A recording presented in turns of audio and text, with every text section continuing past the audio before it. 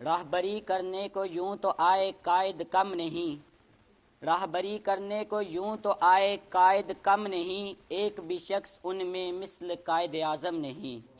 پیکرے عزم و عمل تھے پر ذہانت با کمال، رہنما تھے وہ ہمارے بے نظیر و بے مثال۔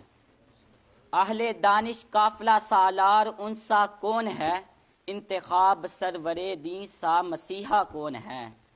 کس نے ہم کو سبز پرچم تلے یکجا کیا، ایک قومیت عطا کی ایک حسین چہرہ دیا۔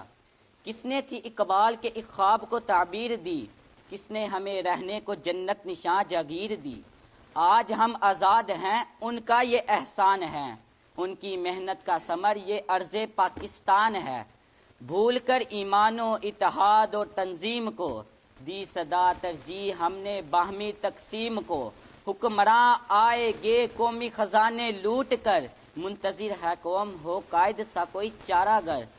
ہے یقین اب جلد ہوگا ختم اس کا انتظار، ارض پاکستان کے ماتھے پہ آئے گا نکھار۔ اس دعا کے ساتھ طاہر کا ہے قائد کو سلام، بارش لطف الہی ان پہ برسے صبح و شام۔ قائد اعظم محمد علی جناح نے قرآنی دستور العمل کو مملکت پاکستان کی بنیاد قرار دیتے ہوئے 19 اگست 1941 کو حیدرآباد دکن میں ایک انٹرویو دیا، جس کا مفہوم کچھ اس طرح سے ہے۔ آپ نے فرمایا کہ عظیم الشان کتاب قرآن مجید کی تعلیمات میں اسلامی زندگی کے ہر باب کے متعلق ہدایات موجود ہے، اور قرآن کریم کے احکام ہی سیاست اور معاشرت میں ہماری آزاد اور پابندی کے حدود کو متعین کرتی ہے، اور اسلامی حکومت دوسرے الفاظ میں قرآنی اصول اور احکام کی حکمرانی ہے، اور حکمرانی کے لیے آپ کو علاقہ اور مملکت کی ضرورت پڑتی ہے۔ دسمبر 1943 میں ایک اجلاس سے مخاطب ہو کر آپ نے پوچھا کہ وہ کون سا رشتہ ہے جس سے منسلک ہونے سے تمام مسلمان جسد واحد کی طرح ہیں، وہ کون سی چٹان ہے جس پر ان کی ملت کی عمارت استوار کی گئی ہے، وہ کون سا لنگر ہے جس سے اس امت کی کشتی کو محفوظ کر دیا گیا ہے۔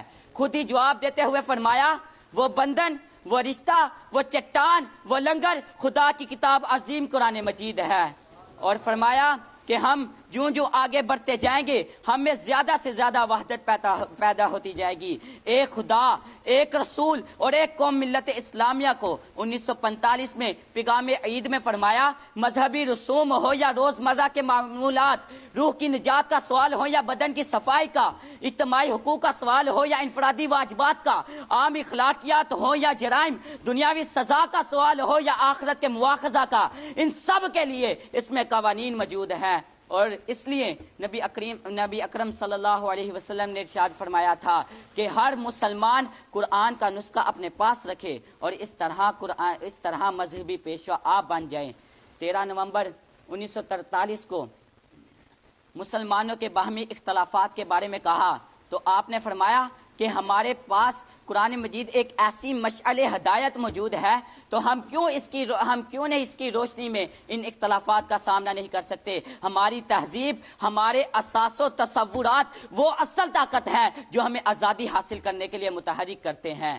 قائد اعظم وہ عظیم لیڈر ہیں جنہوں نے غلامی کی زندگی بسر کرنے والے نوجوانوں کو ستاروں پر کمندیں ڈلوائی، جنہوں نے کفر کے ایوانوں کو لرزا کر رکھ دیا، کسی بھی قوم کے عروج کے حاصل کرنے کے لیے ایمان، اتحاد اور تنظیم کے حصول دیے، جنہوں نے یہ بتا دیا کہ جو شخص اللہ اور اس کے رسول پر پختہ ایمان رکھے اسے دنیا کی کوئی بھی طاقت ہرا نہیں سکتی۔